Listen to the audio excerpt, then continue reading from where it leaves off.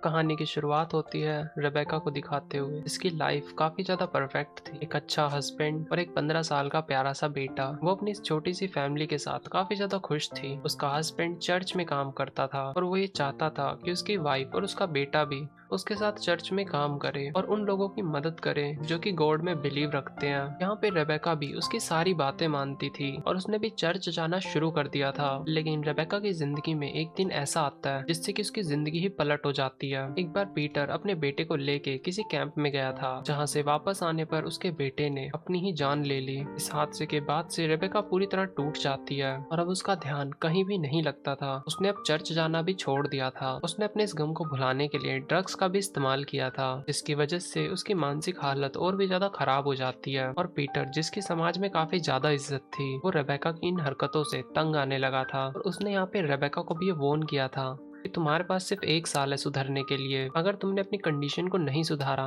तो मैं तुम्हें छोड़ दूंगा। यहाँ पे रेबेका, जो कि पीटर से बहुत ज्यादा प्यार करती थी, उसने फैसला करा कि वो उसके लिए बदलेगी। हालांकि इस 1 साल के दौरान रेबेका अकेले रह रही थी, लेकिन पीटर ने अपनी एक फ्रेंड को, जिसका की नाम मरियम होता है, उसे अपनी वाइफ के साथ रहने के लिए कहा था, ताकि वो उसकी मानसिक हालत में उसका ध्यान रख सके और उसे सुधरने में मदद कर सके। अब यहाँ पे वक्त गुजरता है और लगभग 1 साल पूरा होने को आया था। अब हम यहाँ रेबेका को देखते हैं, जिसकी हालत वक्त के साथ सुधरती तो नहीं है बल्कि और भी ज्यादा खराब हो जाती है। यहाँ पे उसने 1 साल से ड्रग्स तो छोड़े हुए थे, लेकिन फिर भी उसे यहाँ पे हेलुसिनेशन होते रहते थे। जैसे कि उसे ये दिखाई देता था कि इस घर में कोई है उसके साथ, एक अजीब सी ब्लैक शैडो जो कि उसका हमेशा पीछा करती है। और उसे ऐसा लगता है कि रात के समय कोई उसके घर के अंदर एंटर करता है और पीटर के रूम में जाके अजीब सी आवाजें करता है। रेबेका ने ये बात सबको बताई थी, पीटर और मरियम को, लेकिन उन दोनों को तो ऐसा ही लग रहा था कि ये सिर्फ उसका एक हेलुसिनेशन है। वो दोनों उसे बस यही समझाते थे कि ये तुम्हारा मन का वहम है। और पीटर को तो ऐसा ही लगता था कि उसे ये सब कुछ इसलिए दिख रहा है क्योंकि वो ड्रग्स अभी भी कंज्यूम कर रही है।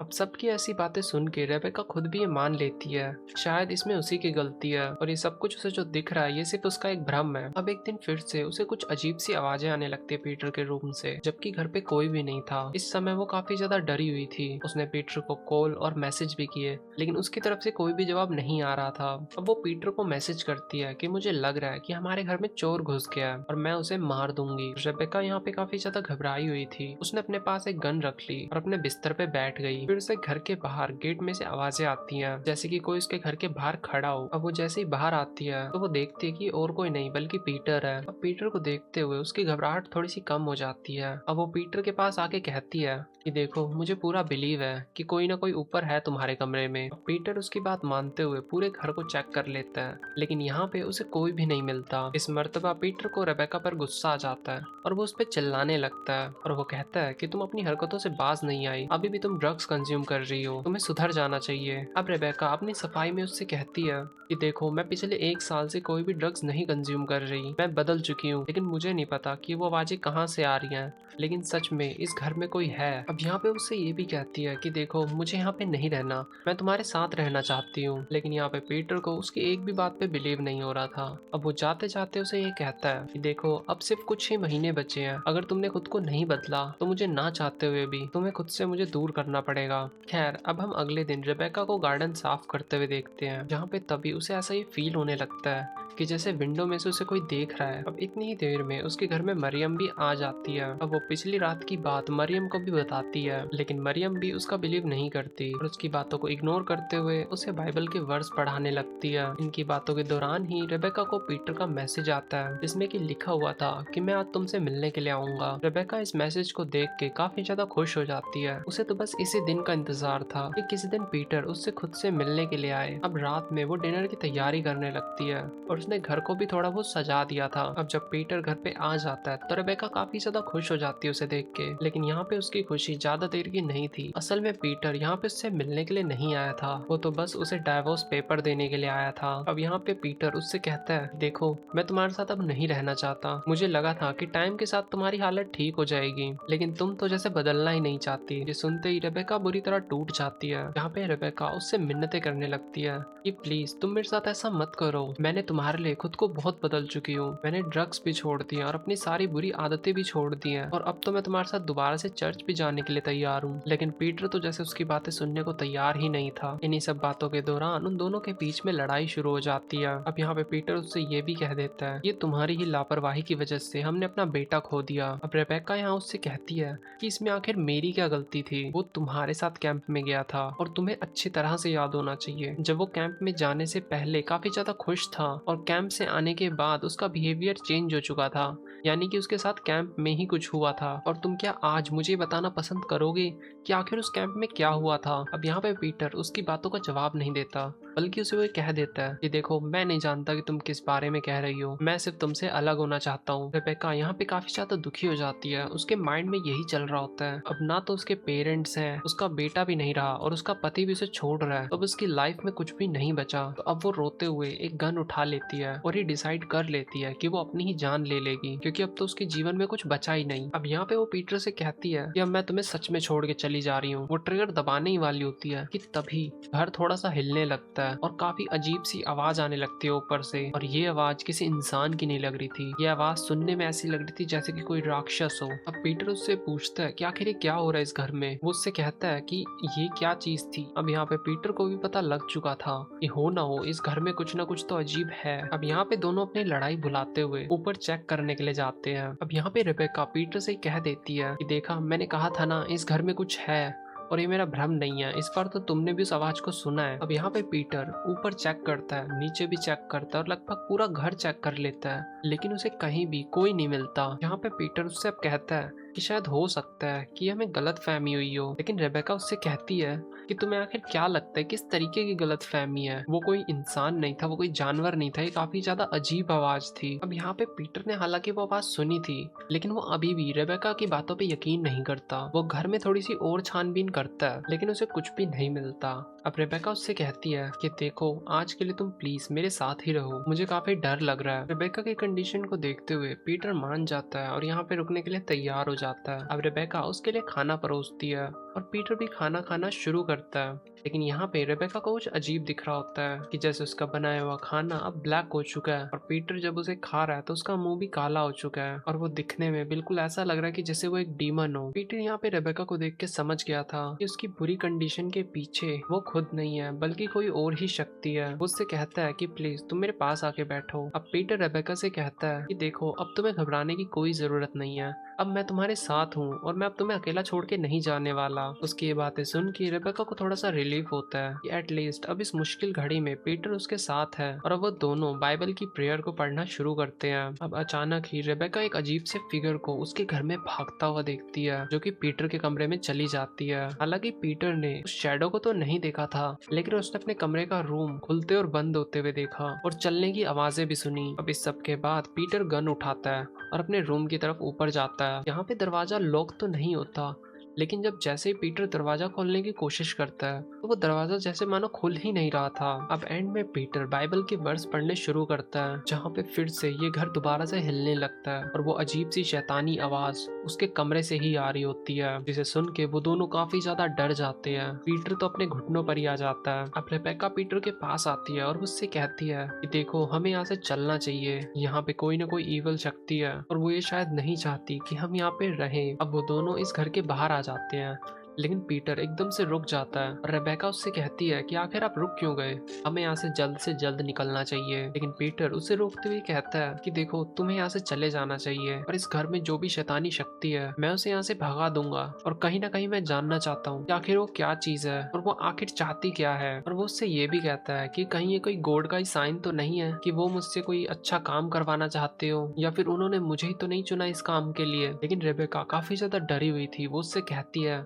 कि देखो, इसमें तुम्हारी जान को खतरा हो सकता है और मैं नहीं चाहती कि तुम भी इस घर में रुको। लेकिन पीटर उसकी बातों को नहीं मानता और वो अकेला ही ऊपर चला जाता है और रेबेका भी उसके पीछे पीछे आ जाती है, क्योंकि वो उससे काफी ज्यादा प्यार करती थी और वो उसे अकेला नहीं छोड़ना चाहती थी। अब इस मर्तबा घर एकदम शांत था, कोई भी आवाज नहीं हो रही थी और जैसे ही पीटर गेट पे हाथ लगाता है तो आसमान से एक बिजली कड़कती है और उस बिजली की वजह से उनके गार्डन में एक जगह पे आग लग जाती है। अब यहाँ पे रेबेका फटाफट फायर एक्सटिंग्विशर लाती है और आग को बुझाने लगती है। और अब उन दोनों ने फैसला करा कि अब हमें अंदर नहीं जाना चाहिए, लेकिन यहाँ पे पीटर अभी भी जाना नहीं चाहता था। उसका यही मानना था कि गॉड ने उसे टास्क दिया जो कि उसे पूरा करना चाहिए, लेकिन पीटर की जिद की वजह से वो दोनों ये फैसला करते हैं कि हमें आज रात इस घर में ही रुकना पड़ेगा। इस समय पीटर के मन में बहुत सारी चीजें चल रही होती है। हालांकि रेबेका भी काफी ज्यादा डरी हुई थी, लेकिन फिर भी उसकी मेंटल हालत पीटर से काफी ज्यादा ठीक थी। अब वो पीटर के घर का वॉशरूम यूज करने के लिए जा रही होती है, लेकिन तभी वो ये देखती है कि बाथटब में से एक अजीब सा बड़ा सा डरावना हाथ उसकी तरफ आ रहा है। और रेबेका यहाँ पे इतना डर चुकी थी कि वो तो भाग भी नहीं पाई और वो हाथ उसकी तरफ आने लगता है। अब यहाँ बाहर से कुछ टूटने की आवाज आती है। अब यहाँ पे उसने देखा कि पीटर ने अपने हाथ से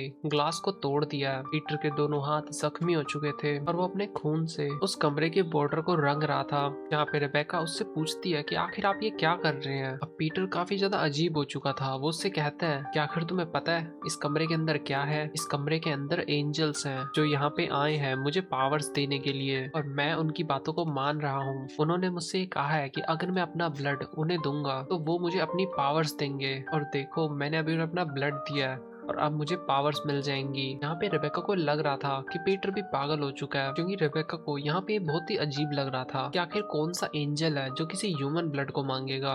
उसे इस बात की श्योरिटी थी कि हो ना हो ये कोई डेविल ही है जो उससे करवा रहा है। अब यहाँ पे दोबारा से उनका घर बुरी तरीके से हिलने लगता है और गेट पर का जो क्रॉस होता है वो भी हट जाता है। इसके बाद उस दरवाजे के पीछे से रोशनी आने लगती है। रेबेका समझ चुकी थी कि ये जो भी सब कुछ हो रहा है ये किसी शैतान का काम है, ना कि किसी एंजल का। अब यहाँ पे एक हैरानी भरी चीज ये होती है कि जो पीटर ने अपने हाथों में कट्स लगाए थे वो खुद ही हील हो जाते हैं। इसके बाद पीटर हंसने लगता है और कहता है कि देखा मैंने कहा था ना मुझे एंजल्स की पावर मिल चुकी है। ये कहते ही वो जमीन पे गिर जाता है। इसके बाद रेबेका पीटर के पास आती है और उससे कहती है कि देखो अभी तुम्हारी हालत ठीक नहीं है, हमें मरिया के पास जाना चाहिए, वो हमारी कुछ हेल्प कर सकती है। अब रेबेका पीटर को लेके मरिया के पास आ जाती है और उसके साथ जो भी कुछ हुआ था वो मरिया को बताने लगती है। यहाँ पे मरिया का इन सब बातों पे यकीन करना काफी ज्यादा मुश्किल था और यहाँ पे उसे भी काफी ज्यादा कंफ्यूजन थी कि आखिर उस घर में है क्या, क्योंकि रेबेका का मानना था कि उस घर में कोई डेविल या कोई शैतानी शक्ति है, लेकिन पीटर का ये कहना था कि नहीं उस घर में कोई शैतानी शक्ति नहीं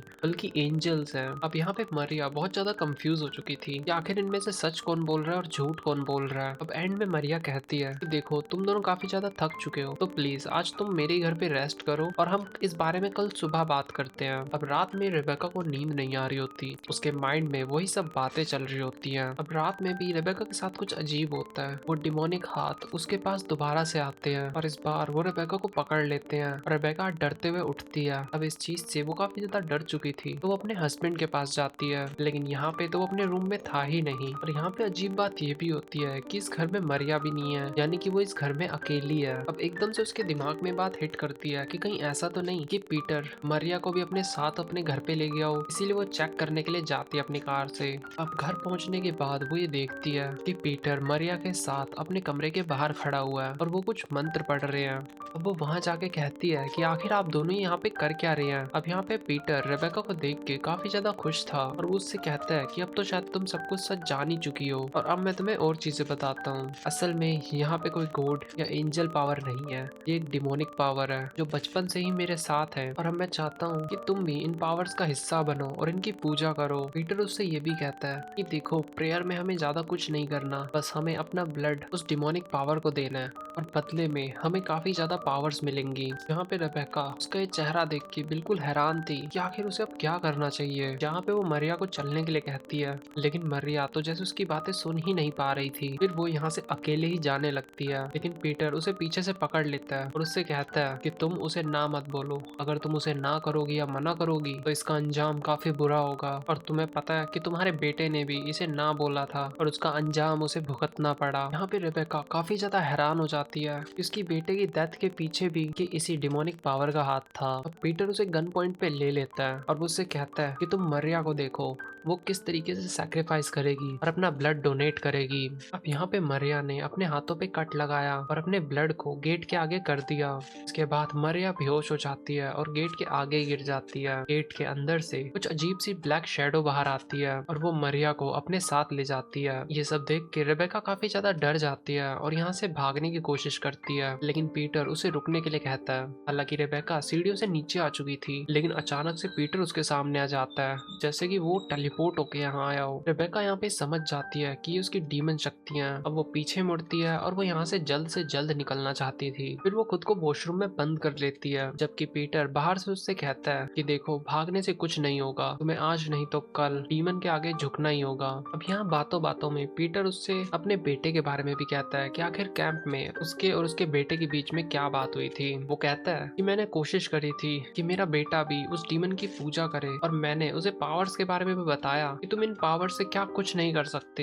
लेकिन तुम्हारे बेटे ने भी मेरी बात नहीं मानी और देखो उसका अंजाम क्या हुआ। और अब मैं ये नहीं चाहता कि तुम्हारा भी वही अंजाम हो। तुम प्लीज मेरी बात मान जाओ और मेरे साथ मिल जाओ। ये सब बातें सुन के रेबेका काफी ज्यादा गुस्से में आ जाती है और उसने ठान लिया था कि वो यहाँ से निकल गई रहेगी। अब यहाँ पे वो दरवाजा खोलती है और पीटर से कहती है कि मैं तुम्हारी बातें मानने के लिए तैयार हूँ, मैं वैसा ही करूंगी जैसा तुम कहोगे। अब यहाँ पे वो दोनों कमरे के पास आ जाते हैं। अब यहाँ पे पीटर उसे रिचुअल के बारे में बता रहा होता है कि तुम्हें आखिर करना क्या होगा। उसी टाइम पे रेबेका उसके पास से उसकी गन चुरा लेती है और उसे शूट कर देती है। पीटर के मरते ये घर बुरी तरीके से हिलने लगता है। इसके बाद पीटर का रूम खुलता है, जो कि अंदर से बिल्कुल डार्क होता है और फिर कोई अदृश्य शक्ति पीटर को अपनी तरफ खींचने लगती है। पीटर के अंदर जाते ही दरवाजा लॉक हो जाता है। फिर उसके बाद घर में और कोई आवाज नहीं होती, ये जगह एकदम शांत हो जाती है। अब यहाँ पे रेबेका को ये समझ में आ जाता है कि पीटर के खत्म होते ही वो डीमन भी यहाँ से जा चुका है। अब यहाँ पे रेबेका एकदम अकेली थी और अब वो ये फैसला करती है और अब मैं इसी घर में रहूंगी। और इसी सीन को दिखाते हुए ये मूवी यहीं पे एंड हो जाती है।